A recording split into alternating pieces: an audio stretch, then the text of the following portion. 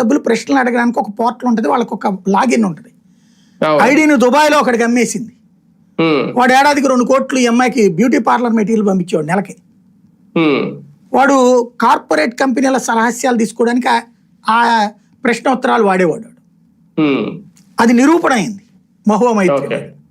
అట్లాంటి మహానుభావురాలు వీళ్ళందరూ ఏంటంటే భారత్ని ద్వేషిస్తా, మోడీని ద్వేషిస్తా, హిందుత్వాన్ని ద్వేషిస్తా, జాతీయ భావజాలాన్ని, జాతీయవాదాన్ని ద్వేషిస్తా, వందే మాతరాన్ని ద్వేషిస్తా ఉండేటటువంటి వాళ్ళు ఎవరైతే ఉంటారో వాళ్ళు ఇదివరకు ప్రాంతీయ పార్టీలో ఉండేవాళ్ళు, కమ్యూనిస్ట్ పార్టీల్లో ఉండేవాళ్ళు, అదే సందర్భంలో ఈ విప్లవ పార్టీల్లో ఉండేవాళ్ళు, వీళ్ళందరూ ఇప్పుడు ఒకటవుతున్నారు.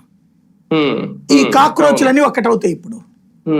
కానీ ఒకటి సార్, వీళ్ళ ఒక 5 అంశాలు వీళ్ళు ప్రస్తావించారు. అంటే అవి ఒక రకంగా ఆలోచింపజేసే తగ్గవిగా ఉన్నవా? ఎందుకంటే పదవి విరమణ చేసిన చీఫ్ జస్టిస్లకో ఎందుకు రాజ్యసభ సభ్యత్వం ఇవ్వాలి, మేమైతే అలా ఇవ్వం.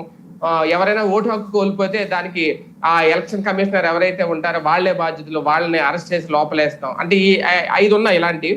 ఇవి ఒక రకంగా మన పార్టీలు కూడా, ఇప్పుడున్న అధికారుల పార్టీలు కూడా ఏమైనా ఆలోచించాల్సిన అంశాలు. అది నైతికతకు సంబంధించిన విషయం. జడ్జి గారు ఫీల్ అవ్వాలి. ఇప్పుడు జస్టిస్ సూర్యకాంత్ చెప్పాడు, నేను తీసుకున్నాను పదవి. ఇంతకుముందు ఆయన తీసుకున్నాడు, రాజ్యాంగంలో రాయలేదు కదా.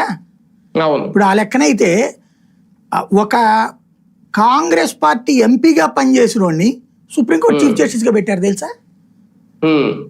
Without BL qualification.